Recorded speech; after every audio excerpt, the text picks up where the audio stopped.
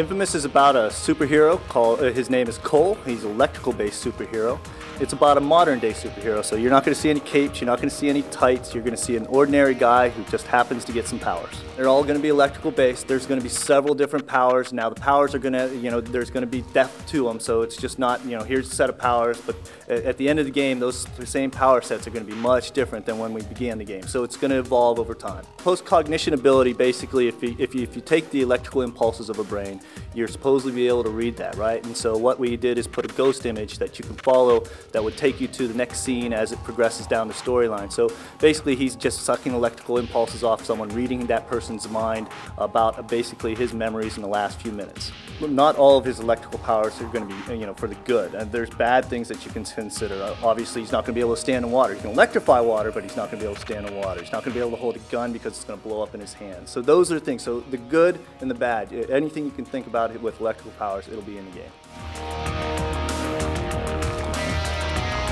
Does he have a sidekick? No, but he does have some support characters, and his support characters are Zeke, which is his buddy, that's more of the Elvis type, and also there's a few others, Trish, his ex-girlfriend. We're going to definitely have some trophies, and we'll be telling you more about that here in the upcoming months. The environment's so interactive, and the Reapers are incredibly fun. The powers that we've been given thus far, it's just interesting how you can work around the open world, really going through and being an urban explorer, if you will, being able to climb the buildings and do some vertical combat, duck and cover combat. There's so many things that we can do with this game that, right now, even at its point of development, it's just fun really just going out and exploring. Basically, it's broken down into 3 islands, I can tell you that, and then you'll be doing several missions within each island. As you can imagine, there's going to be gangs ruling each of those islands as well. So we'll progress the storyline, which is a single storyline, through those islands via missions, and then there will be some systemic missions as well.